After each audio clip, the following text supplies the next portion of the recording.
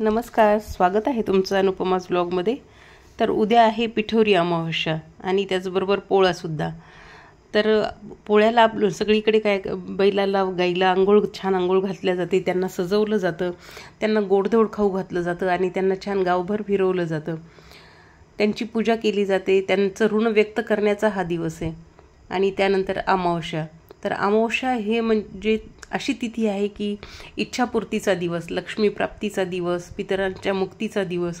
तर अमावस्या म्हणजे खूप आपली ज्या काही इच्छा असतील त्या सगळ्या पूर्ण करण्याचा दिवस असतो। आणि या दिवशी गंगा स्नानाला, पवित्र नद्यांच्या स्नानाला खूप महत्त्व आहे। तर अमावस्याच्या दिवशी आपल्याला काय करायचे की सगळ्यात अगोदर आपल्याला आपलं घर अंगण सगळं स्वच्छ करायचे। घरात जे काही जाळे वगैरे झालेले असतील ते सगळे काढायचे। आपलं फर्निचर थोडंसं इकडं तिकडं फिरवायचे, म्हणजे प्रत्येक जागा त्याची बदलायची किंवा तिथल्या तिथंच आपल्याला हलवून ठेवायचे। तर असं अमावस्येला सगळं करायचे। त्यानंतर आपण अंगणदार सगळं स्वच्छ झाल्यानंतर आपल्याला आपल्या अंघोळीच्या पाण्यात आपल्याला खडे मीठ टाकायचे आणि त्याचबरोबर थोडंसं गंगाजल टाकायचे। हे टाकून आपल्याला आंघोळ करायची, कारण या दिवशी गंगा स्नानाला खूप महत्त्व आहे। हे झाल्यानंतर आंघोळीत मीठ टाकल्यामुळं किंवा गंगाजल टाकल्यामुळं आपल्याला जो काही नजर दोष लागलेली असेल, थोडं फार जे काही दुखणं असेल ते सुद्धा कमी होईल, नकारात्मकता आपल्या मनातली कमी होईल। जे आपल्याला असं वाटतं की सतत आपण असं खूप थकल्यासारखं, आळस आल्यासारखं, ते सुद्धा या पाण्याने आंघोळीने नक्की कमी होईल। त्यानंतर आपल्याला आपली जी काही आपली नित्यनेमाने पूजा करत असतो ती पूजा करून घ्यायची आपल्याला दररोजची। आणि ही पूजा झाल्यानंतर आपण एका कलशामध्ये तांब्यामध्ये पाणी घ्यायचं, स्वच्छ असं प्यायचं पाणी घ्यायचं, त्यामध्ये थोडंसं गंगाजल आणि हळद टाकायची आणि हे पाणी आपल्याला मुख्य दरवाजाच्या बाहेर आपल्याला थोडंफार शिंपडायचे आणि आपल्याला उंबऱ्याचं आपल्याला लेपन करून घ्यायचे। उंबरठ्याचं लेपन करताना आपल्याला गोमूत्र आणि हळदीचं पेस्ट बनवायची आणि त्याचं लेपन आपल्याला आपल्या उंबरठ्यावर करून घ्यायचे। त्याचबरोबर आपल्याला आपल्या मुख्य दारावर ओल्या कुंकवानी स्वस्तिक काढून घ्यायचे। हे सगळं झाल्यास आपल्याला एक दिवा बनवायचा आहे, कणकीच्या पिठाचा दिवा बनवायचा आहे आणि त्यामध्ये थोडीशी हळद टाकायची चिमूटभर आणि त्याचा दिवा बनवायचा आहे। 4 मुखी दिवा आपल्याला बनवायचा आहे आणि त्यामध्ये आपल्याला मोहरीचं किंवा तिळाचं तेल टाकायचं आहे आणि चारीकडून वाती घालून हा दिवा तयार करायचा आहे।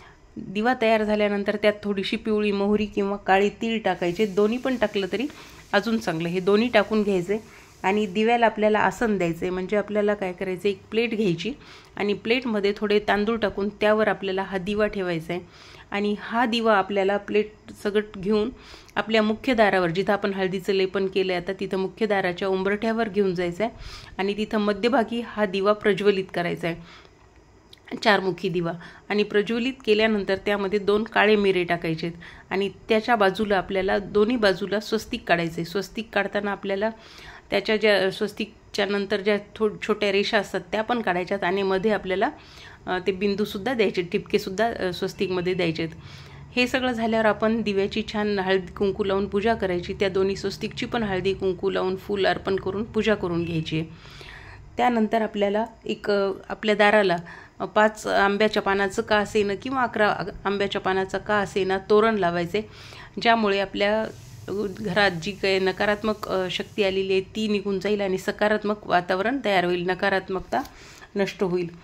हे सगळं झाल्यानंतर आपल्याला आंब्याच्या पानाचं तोरण वगैरे लावल्यानंतर त्याच दिवशी आपल्याला एक कोहळा आणायचा आहे आणि कोहळा स्वच्छ धुवून त्यावर स्वस्तिक काढायचे। देवासमोर आपल्याला थोडा वेळ तो कोहळा ठेवायचा आहे आपल्या देवघराच्या समोर आणि त्यानंतर तो उचलून एका लाल कपड्यात बांधून आपल्या मुख्य द्वाराच्या समोर आपल्याला हा कोहळा लावायचा आहे।